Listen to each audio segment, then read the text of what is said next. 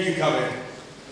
Good afternoon, everyone, and thank you to the Iranian National Council for Free Elections for inviting me to address this event to mark the 40th anniversary of the revolution in Iran.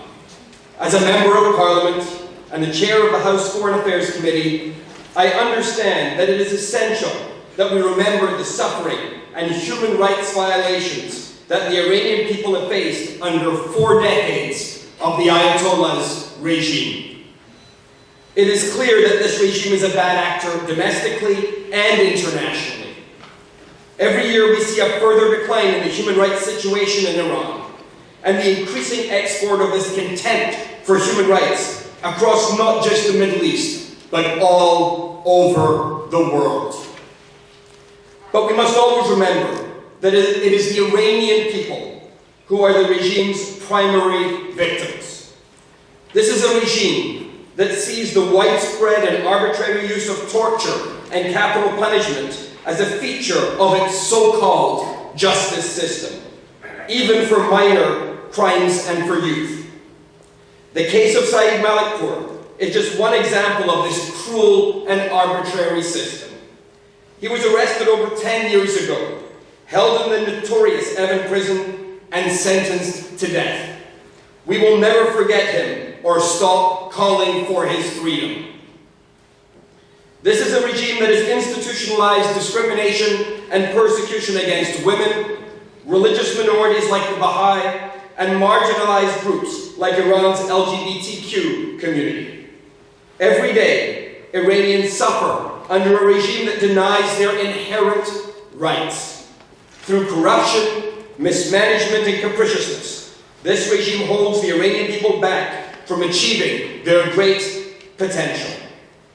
Outside of Iran's borders, the regime exports its disdain for fundamental human rights as a destabilizing force across the region through the Iranian proxy and terrorist groups Hamas and Hezbollah, through the Houthi rebels in Yemen, which is contributing to one of the worst humanitarian crises on the globe today, through the regime's continued threats against Israel, and through its wholesale support and export of terror around the world. This includes through the Revolutionary Guards, whose Quds force is currently listed as in Canada as a terrorist entity, and for the Guards Corps as a whole, which is currently being reviewed by the government for listing as a terrorist group. Indeed, the Canadian Parliament, including the government and Prime Minister Trudeau, voted to condemn the Iranian regime for its sponsorship of terror around the world and to stand with the people of Iran. And as they recognize, like all people, they deserve the same fundamental rights and freedoms that we are so lucky to enjoy in Canada.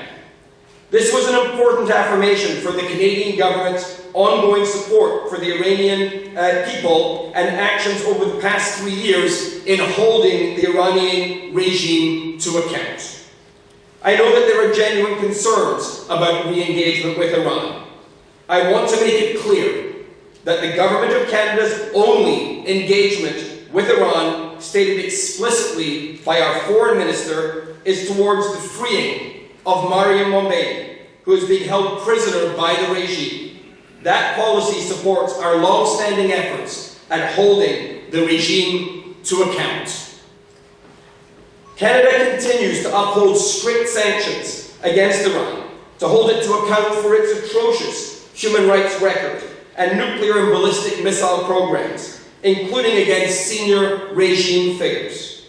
Canada continues to sponsor and organize the annual UN resolution condemning the Iranian regime's atrocious human rights record, which last year we saw an increased number of countries from around the globe support. For the past 6 years in Parliament, we've held the annual Iran Accountability Week at the Subcommittee on International Human Rights to shine a light on the regime's human rights practices, an initiative led and started by Erwin Kotler, in which I was proud to chair for the past 3 years.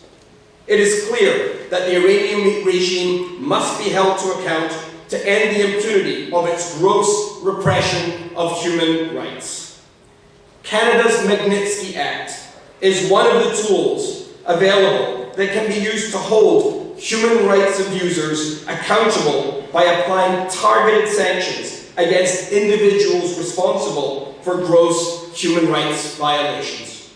I sat on the Foreign Affairs Committee as we unanimously called for Canada to adopt Magnitsky legislation, which was immediately acted on by the Minister of Foreign Affairs.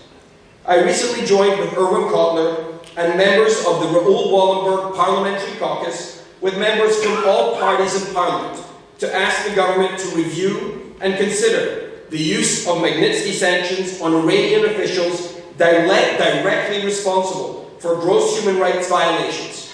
The Iranian people deserve nothing less.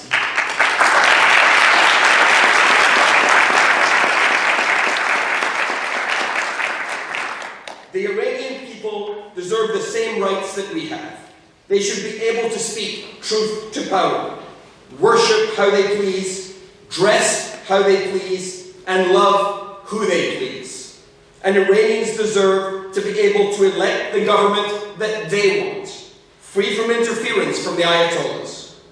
Thank you for inviting me to speak here today. For 40 years, the Iranian people have suffered repression and persecution. We have not forgotten their dream of freedom and democracy, and we will continue to support them in their quest to achieve it. Thank you very much.